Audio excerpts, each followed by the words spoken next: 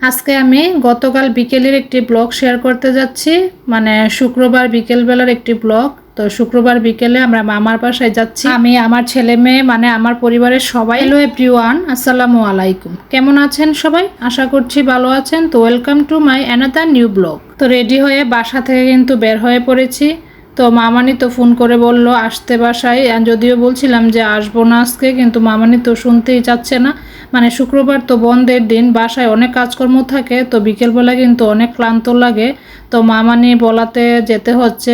মামানিকে বলছিলাম যে যাবো না, কিন্তু মামানি তো শুনছে না, আর মামানিকে আমি নাও করতে পারতেছি না জোর করে।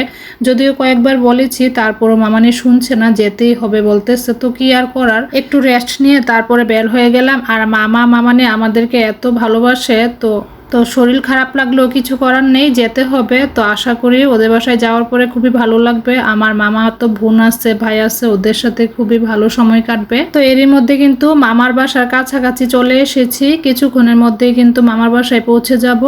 তো আমরা তো পৌঁছে গেছি মামার বাসায়। তো পরে দেখলাম যে আমার আরেক মামাতো বোনও এসেছে, মামাতো বোনের হাজবেন্ড এসেছে, তারপরে আবার মামাতো ভাই এসেছে, মামাতো ভাইয়ের ওয়াইফ এসেছে। তো দেখলাম যে বাসায় একদম মেহমান ভরপুর। তবে আমরাই আগে গিয়েছিলাম, তারপরে একে একে সবাই এসেছে। তো আমরা কিন্তু জানতাম না ওরাও আসবে।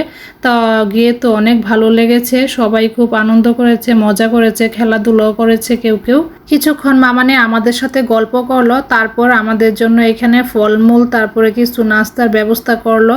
মামানির হাতের এই হালিমটা খুবই মজা হয়েছিল। আর নাস্তা খেতে খেতে কিন্তু সবাই সবার শৈশবের গল্প সল্প করছিল। মামাও খুব মজার গল্প করছিল, ছোটবেলার সব গল্প বলছিল। আর মামানি তো অনেক ভালো মানুষ, আমাদেরকে কিন্তু খুবই আদর করে। তো মামা তো একটু অসুস্থ, তো আমি চাই আল্লাহর জন্য মামাকে তাড়াতাড়ি সুস্থ করে দে। তো আমরা তো খাচ্ছিলাম ফলমূল এবং মামানির হাতের এই মজার হালিম। তো আমাকে দিয়ে দেওয়া হয়েছে সবার আগে। তো আমি একটু দেখছিলাম যে খেতে কেমন হয়, আর এমনি চামচ দিয়ে তুলেই তো দেখলাম কতটা সুন্দর হয়েছে রান্না, আর কালারটাও খুবই সুন্দর হয়েছে। হালিমের সব ইনগ্রিডিয়েন্টস তো আগেই দিয়ে দেওয়া হয়েছে হালিমে, শুধু লেবু দেওয়া বাকি ছিল। তো মামানি বলছিল যে খাওয়ার সময় লেবু দিয়ে খেয়ে নিতে। তো আমি এক টুকরো লেবু নিলাম, তারপরে লেবু জুসটা দিয়ে দিলাম। খেতে খেতে কিন্তু সবাই খুবই মজার গল্প করছিল। তো ভাবলাম যে এখানে একটু রিয়েল ভয়েস অ্যাড করে দেই।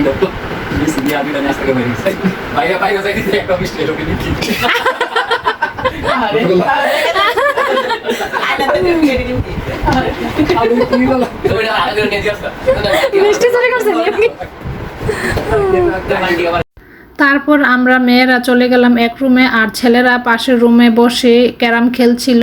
তো আমরা কিছুক্ষণ ছিলাম এখানে, অবশ্য দেখলাম যে এরা খুবই সুন্দরভাবে খেলছে।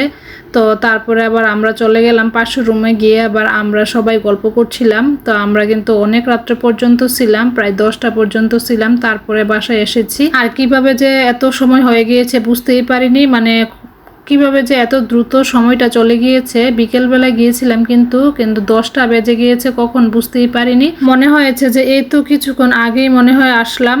তো হঠাৎ করে ঘড়ির দিকে চেয়ে দেখি প্রায় 10টা বেজে গিয়েছে। তো তারপরে আবার বাসায় চলে আসার জন্য প্রস্তুতি নিলাম।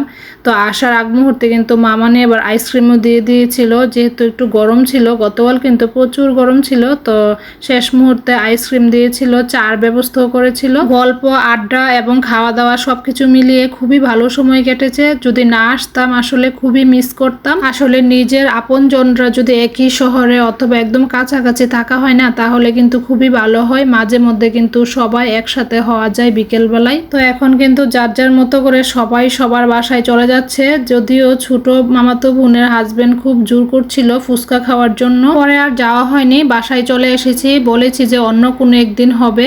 তো আজকের ব্লগটি এই পর্যন্তই। আপনাদের কাছে কেমন লেগেছে কমেন্ট করে জানাবেন। তো সবাই ভালো থাকবেন, সুস্থ থাকবেন। আল্লাহ হাফেজ।